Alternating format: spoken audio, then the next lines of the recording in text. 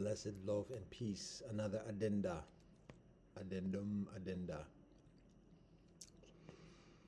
on an observance, an observation, and a vision of civilization amidst all the things we talk about previously and recently. Excuse me. So, this is somewhat of a mega macro global. But the basic gist of it is this: what we observe in the Eastern Hemisphere and in the Western Hemisphere. Again, in the paradigm of migration coming from the garden of the rainforests and lakes in both continents, respectively, along the equator, the perennial garden of Earth at this moment as we know it, and then migrations of human species and even life continuing from these specific locations, cultures developing relationship with the celestial, continuing to manifest autonomously and providing guidance accordingly. That's the context. So amidst that, where we find ourselves today is the confluence of the East and West paradigm and migrations. Obviously, it's a while in happening, over 1,000 years, basically on record, 500 years tough, and continually. In this progression, we observe two distinct concepts, beliefs, practices concerning the same experience.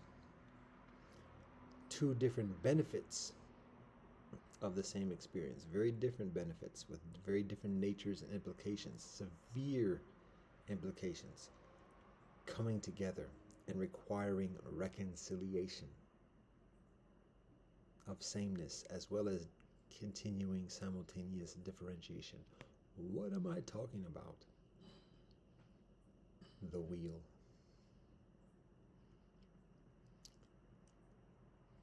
In the East, in the Eastern Hemisphere, the paradigm is the Dharma wheel. From the Tibetan Plateau, particularly,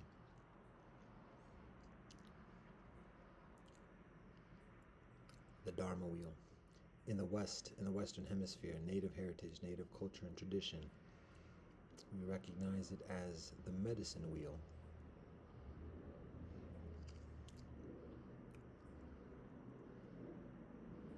Exact same and yet exactly different, tremendously different. Now, looking further at the Eastern paradigm of the Dharma wheel, we can look also at the actuality of the working wheel, the wagon wheel, the practicality, the mathematics, and that's where we go with this.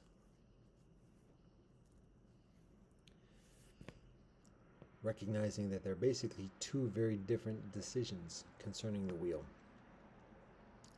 as it is known and practiced in the East, Europe, Asia, Africa, Middle East, and how the wheel is known and practiced in the West. The medicine wheel, the four directions of the wind, all our relations.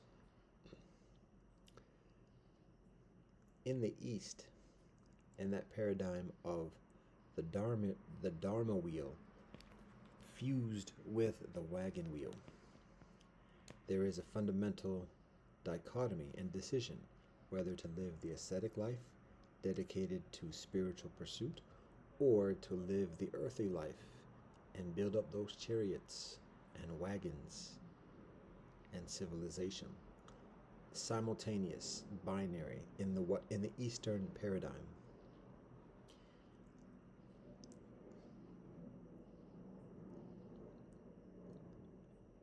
In one of those paradigms, there is peace with no materiality, and in the other decision, the other binary, There is materiality with no peace.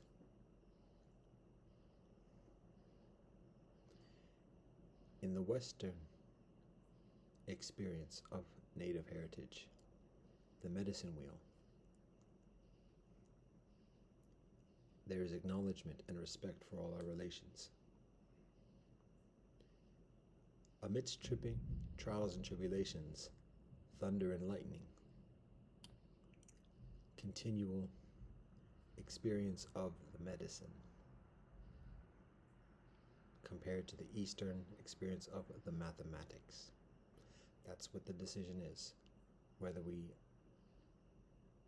emphasize the medicine meaning the herbs, our relationship with the plant relatives and each other, or whether we emphasize the mathematics, whether that's the mathematics of transcendental discipline, moksha, teshuva, and or the mathematics of the chariot, the wheel, engineering, civilization, mathematics. That's the decision. That's the binary. Mathematics on the mathematics on the Eastern Hemisphere, medicine on the Western Hemisphere. That's what kinfolk are naturally migrating for, that experience of a further balance within either of those natures. Much of it is from the East to the West, civilizationally speaking, searching for that medicine, having enough of those mathematics.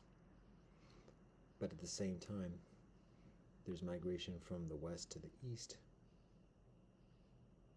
having, it's difficult to say it, having too much of the experience of the medicine wheel, but perhaps experiencing too much conflict amidst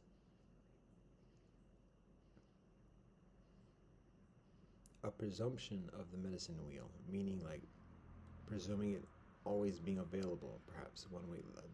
That requires for myself some further thought about that. Either way,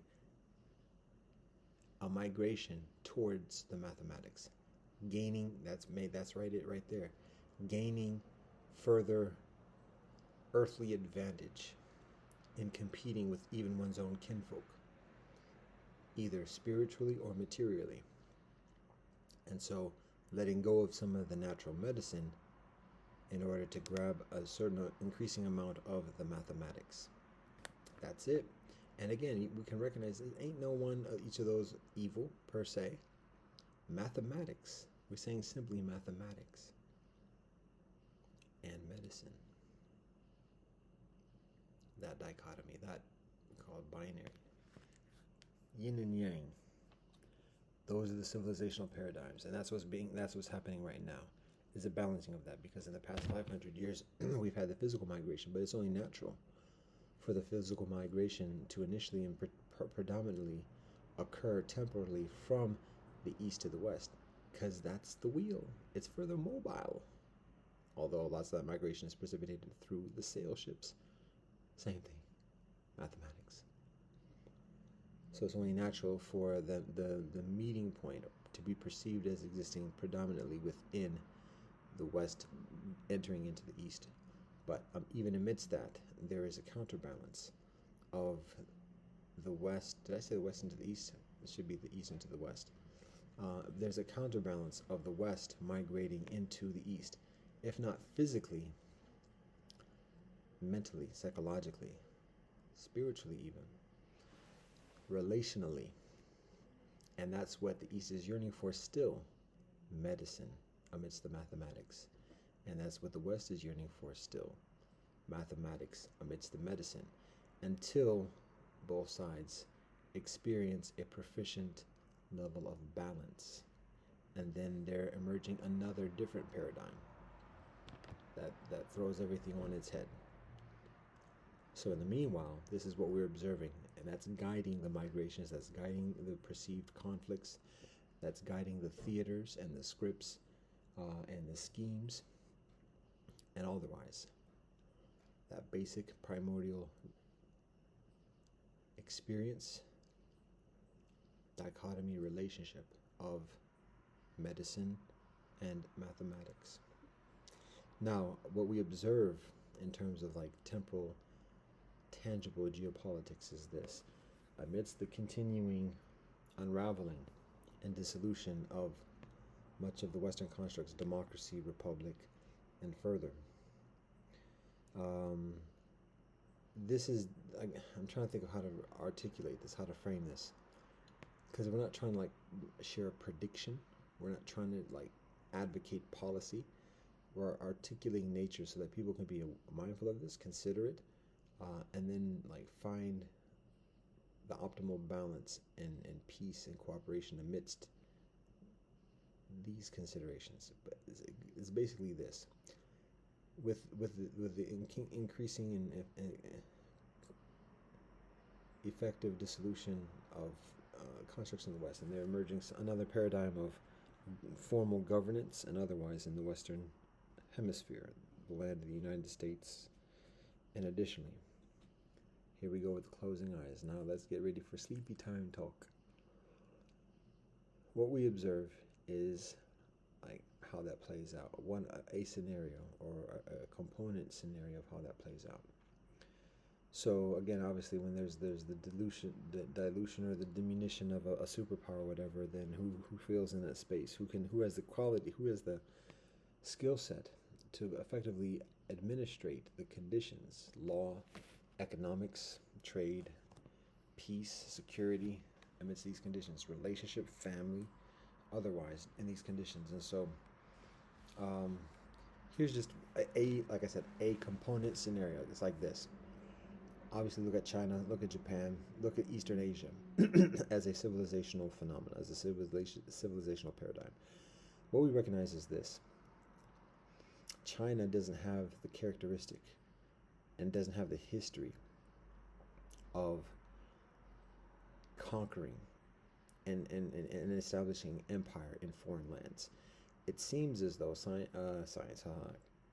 China has a wisdom that defers against that. Not saying China's perfect or doesn't commit atrocities, but just that in terms of like the same kind of scenario that's exhibited within Europe, within the Middle East, China, even Japan with its imperial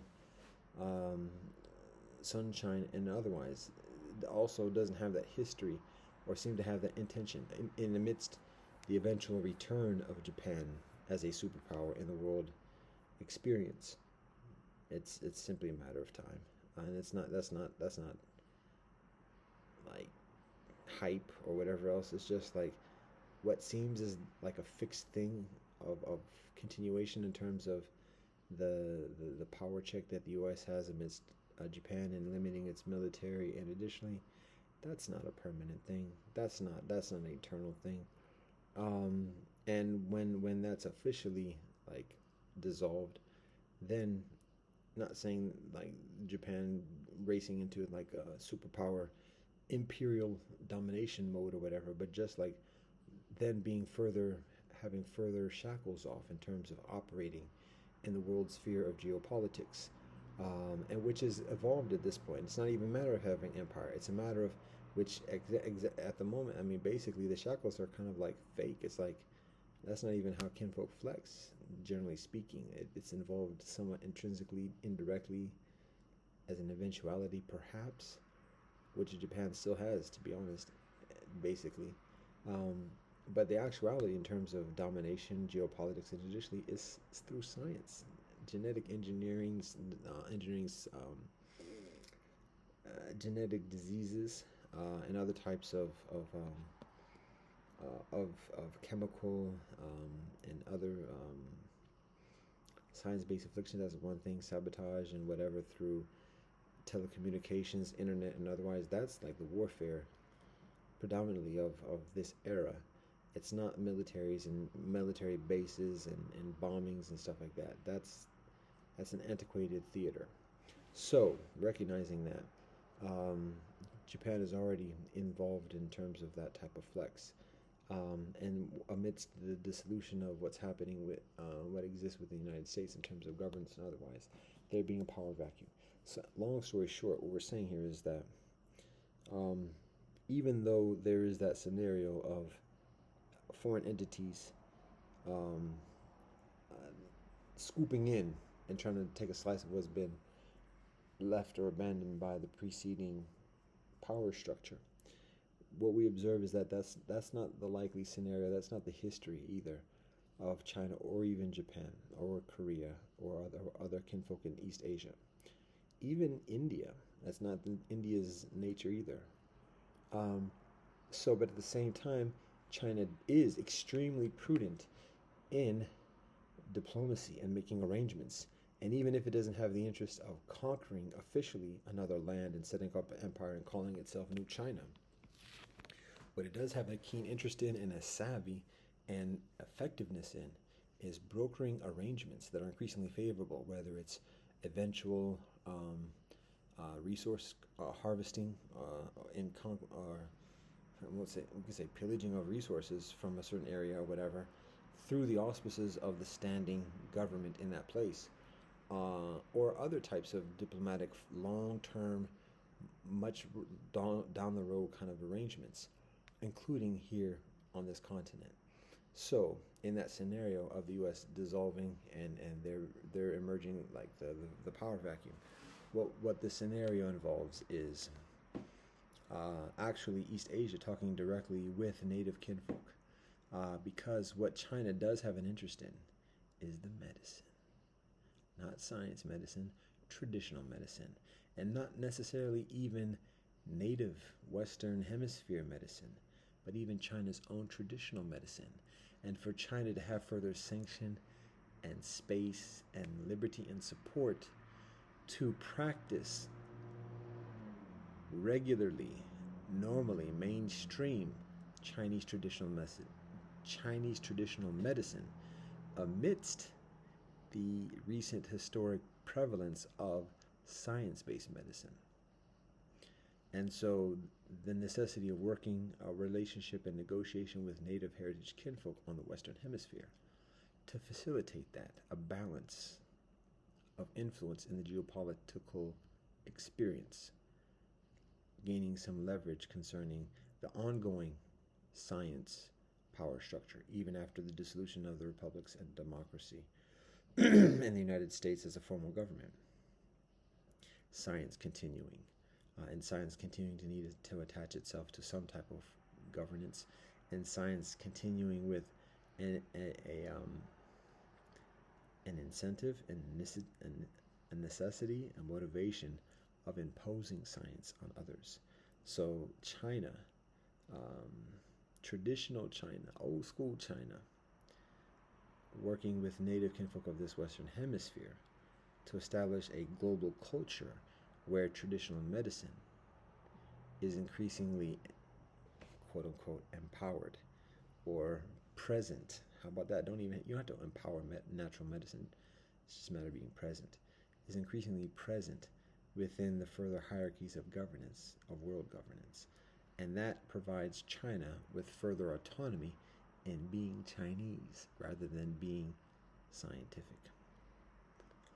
And scientific isn't just a code word of just European in Western, like European culture. Science is an imperialism that transcends any particular land, and that imposes and undermines the experience of indigeneity on every land. So, China eventually arriving at a recognition, like formally, thoroughly, of the prudence of establishing traditional medicine, and recognizing that that is done through proper relationship and negotiation with native kinfolk here. One of the reasons is because how that influences some of the springboard of science. Um, and that's a little bit further involved, further detailed, but that's part of the notion. So the basic thing is this: China not trying to set up colonies on this hemisphere,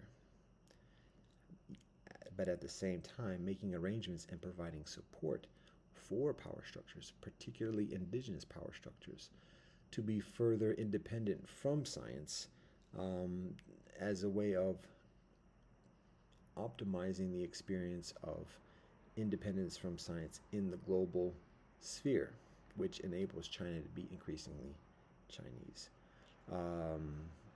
And that providing further balance in terms of competitions within the Eastern Hemispheric theater with Europe, the Middle East, and otherwise. And that's the big thing, too. Um, um, through brokering arrangements, and China needs to still have relations with Africa and the resources. Um, and that is enhanced also through just a general platform of respecting indigeneity, thoroughly, genuinely, as a genuine reputation to help with those diplomatic arrangements. Science. I keep saying that China has a history of that, generally speaking, particularly compared to European civilization, and that bodes as a favor, as a benefit in the ongoing long-term geopolitics, the vying and competition within geopolitics between Europe and Asia and the Middle East, and in being further established and strengthened and supported for China to be Chinese, that also provides China with further resistance of influence, undue influence and imposition from the Middle East, whether that's religiosity and or otherwise. So again, the platform, the pretense of indigeneity, supporting Chinese civilization in its competition with other civilizational constructs. Again, whilst Europe works to find itself again, particularly without the immediate backing of the big stick of the United States, and how to proceed in world affairs, in finding oneself. So that's some of it.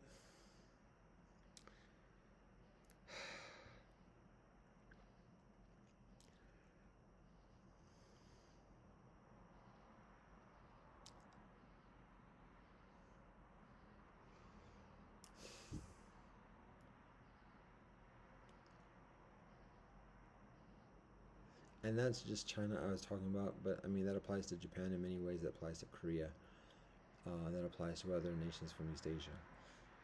Is that like completely contrived and delusional, or does that have some semblance of reason and like sense?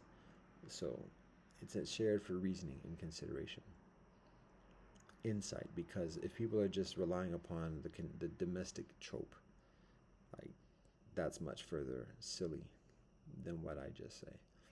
Um, Regardless of how many people say that.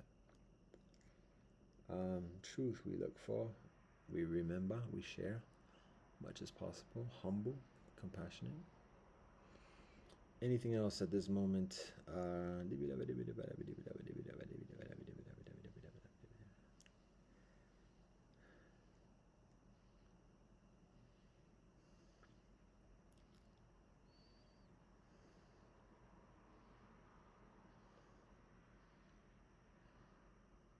That's what we're going to share at this moment.